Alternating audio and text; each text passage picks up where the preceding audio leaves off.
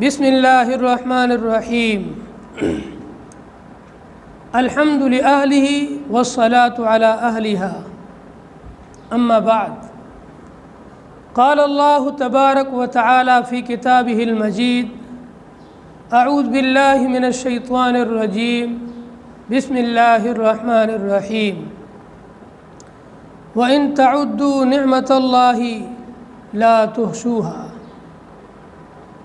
گرامی قدر سامعین ذی وقار، دینی اور اسلامی بھائیوں، السلام علیکم ورحمۃ اللہ وبرکاتہ۔ اللہ تبارک و تعالیٰ کا بے انتہا احسان، فضل، کرم اور شکر ہے کہ اس رب نے ہم سب کو ایمان جیسی عظیم نعمت عطا فرمائی۔ اللہ تبارک و تعالیٰ کی نعمتیں، اللہ تعالیٰ کی نوازشیں، اللہ تعالیٰ کے احسانات، اللہ تعالیٰ کے انعامات اس قدر ہیں کہ انسان اگر ان کا شمار کرنا چاہے تو شمار بھی نہیں کر سکتا ہے۔ اللہ تعالیٰ کی نعمتیں بے انتہا، بے حساب، بے پایا، لا انتہا، ہر منٹ میں، ہر سیکنڈ میں، ہر گھڑی میں بندہ اللہ کی کروڑوں نعمتوں کو استعمال کرتا ہے۔ ان نعمتوں کی قدر اور ان کے شکرانے میں بندے پر بھی کچھ حقوق عائد ہوتے ہیں۔ بندے کو بھی چاہیے کہ جس اللہ کا کھا رہا ہے، جس اللہ کی پیدا کی ہوئی زمین کے اوپر رہ رہا ہے، جس اللہ نے اس کو زندگی بخشی ہے، اس کا شکریہ ادا کرے، اس کی نعمتوں کا احساس کرے اور پھر اللہ تبارک و تعالیٰ کی شکر گزاری کی کوشش کرے۔ اسی اللہ تبارک و تعالیٰ کی نعمتوں کے شکریہ کے لیے، اللہ تعالیٰ کے انعامات کے شکریہ کے لیے ایک نماز ہے جسے نماز چاشت کہتے ہیں، اور احادیث کے اندر اس نماز کا نام صلاۃ الضحیٰ آیا ہے۔ ضحیٰ کی نماز، ضحیٰ اصل میں کہتے ہیں جب سورج نکل کر کے تھوڑا بلند ہو جائے اور سورج کی تپش اور گرمی میں جب تیزی ہو جائے تو اس ٹائم کو، اس وقت کو ضحیٰ کہتے ہیں۔ تو اس وقت جو نماز پڑھی جائے گی اس نماز کا نام ہے صلاۃ الضحیٰ۔ صلاۃ الضحیٰ چاشت کی نماز۔ چاشت کی نماز کا وقت کیا ہے اور فضیلت کیا ہے؟ چاشت کی نماز کا وقت دن کا جب چوتھائی حصہ گزر جائے تو اس کا وقت شروع ہوتا ہے۔ پورے دن کا جو 12 گھنٹے کا دن ہوتا ہے، اس دن کے آپ 4 حصے کرو۔ شروع کا جب ایک حصہ گزر جائے اور 3 حصے باقی رہ جاوے تو ایک حصہ گزرتے ہی چاشت کا وقت شروع ہوتا ہے اور زوال سے 5-10 منٹ پہلے ختم ہو جاتا ہے۔ یہ چاشت کی نماز کا وقت ہے۔ چاشت کی نماز کی کتنی رکعت ہے؟ حضرت نبی علیہ الصلوۃ والسلام نے 2 رکعت سے لے کر 12 رکعت پڑھی ہے، اور ان تمام کے تمام رکعتوں کی احادیث کے اندر الگ الگ فضیلتیں آئی ہیں۔ چاشت کی نماز کی کیا فضیلت ہے؟ پہلی فضیلت، ان ابی ذر رضی اللہ تعالی عنہ عن النبی صلی اللہ علیہ وسلم انہ قال، حضرت ابو ذر رضی اللہ تعالیٰ عنہ سے مروی ہے، فرماتے ہیں کہ نبی کریم صلی اللہ علیہ وسلم نے ارشاد فرمایا، یصبح